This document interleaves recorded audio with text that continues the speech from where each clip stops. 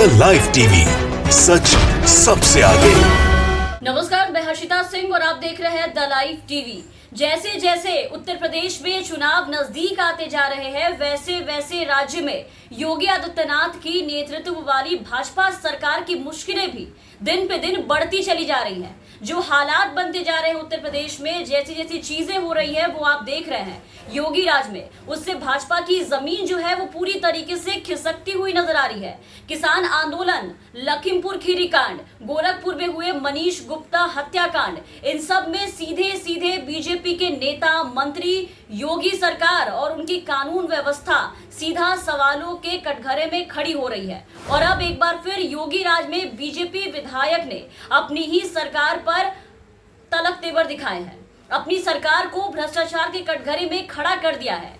रानिया विधानसभा क्षेत्र से आने वाली बीजेपी विधायक प्रतिभा शुक्ला ने भ्रष्टाचार और अवैध वसूली को लेकर के हर विभाग में प्रतिदिन मोर्चा खोलती रहती हैं और अब अपनी ही सरकार में तैनात अधिकारियों के खिलाफ उन्होंने धरना शुरू कर दिया है। कभी ये बीजेपी विधायक जनपद की बिगड़ी हुई कानून व्यवस्था को लेकर के धरना देती नजर आ रही थी पिछले दिनों, लेकिन अब इन्होंने भ्रष्टाचार को लेकर के योगी सरकार और उनके अधिकारियों के खिलाफ हल्ला बोला है। अब अपनी ही सरकार के अधिकारियों पर अवैध वसूली का आरोप लगाते हुए, जिसके चलते इन्हें इन दिनों सत्ता में होते हुए अधिकारियों के खिलाफ धरने पर बैठना पड़ रहा है, उससे जुड़ा जो पूरा मामला सामने आया है वो आपको बताना चाहेंगे। जिले के अधिकारी इनकी बातें नहीं सुन रहे।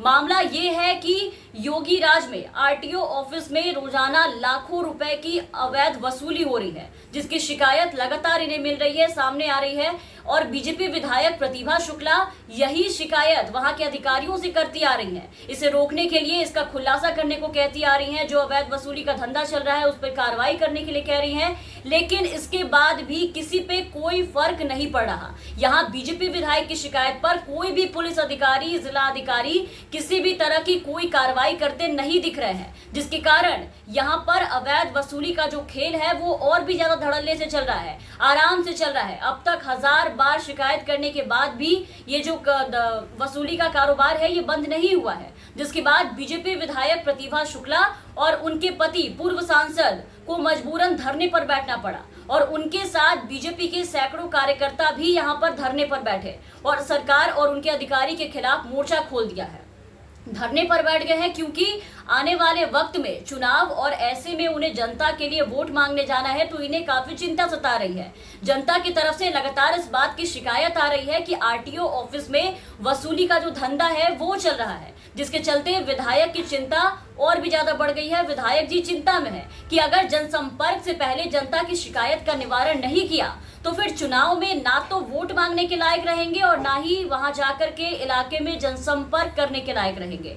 और इसलिए वो सीधा धरने पर बैठ गए हैं ताकि योगी सरकार का ध्यान इस ओर जाए, उनका ध्यान इस तरफ पड़े, उनके अधिकारी राज्य में क्या कर रहे हैं। लेकिन योगी सरकार को कहां इन सबसे फर्क पड़ने वाला है और कहां उनके पास इतनी फुर्सत है कि वो यहाँ देखे, क्योंकि पूरी महकमे में तो ऐसे ही अधिकारी बैठे हैं जिनकी अपराध और अपराधियों और इन सब कांडों में, खास करके आरोपियों के साथ खूब साठगांठ होती है। और हर एक दिन आप देखिए कि ऐसे ऐसे मामले सामने आते हैं जिसको लेकर हर एक बार राज्य सरकार और उनकी पुलिस पर, उनकी कार्यशैली पर सवाल उठते रहते हैं, वो कटघरे में जाते हैं। और अब तो विभाग में हो रहे भ्रष्टाचार के लिए सीधा उत्तर प्रदेश सरकार के अधिकारियों के खिलाफ प्रदेश सरकार में मौजूदा विधायक ने ही मोर्चा खोला है और धरने पर बैठे हैं। तो इससे इस बात का अंदाजा लगाया जा सकता है कि सूबे में क्या चल रहा है, पूरे प्रदेश की क्या स्थिति है। सरेआम चोरी, हत्या, डकैती, रेप, दुष्कर्म, किसानों का हत्या, कारोबारी की हत्या, वसूली, भ्रष्टाचार, ये सब योगी राज में 4.5 साल में खूब आगे बढ़ा है। किसी का विकास हुआ ना हुआ हो इनके राज में, लेकिन क्राइम का खूब विकास हुआ है, जिसे खत्म करने की योगी सरकार बात करती है, लेकिन योगी राज में काफी बड़ा है। और अब जैसे जैसे राज्य में विधानसभा चुनाव करीब आते जा रहे हैं, वैसे वैसे सभी पार्टियों के नेताओं ने सूबे की कानून व्यवस्था पर बड़ा सवालिया निशान खड़ा करना भी शुरू कर दिया है। खास करके बीजेपी के अपने नेताओं ने ही योगी सरकार को तेवर दिखाना शुरू कर दिया है, उन्हें ही निशाने पर लेना शुरू कर दिया है। किसानों के मुद्दे पर वरुण गांधी ने मोर्चा संभाल रखा था, आपने देखा।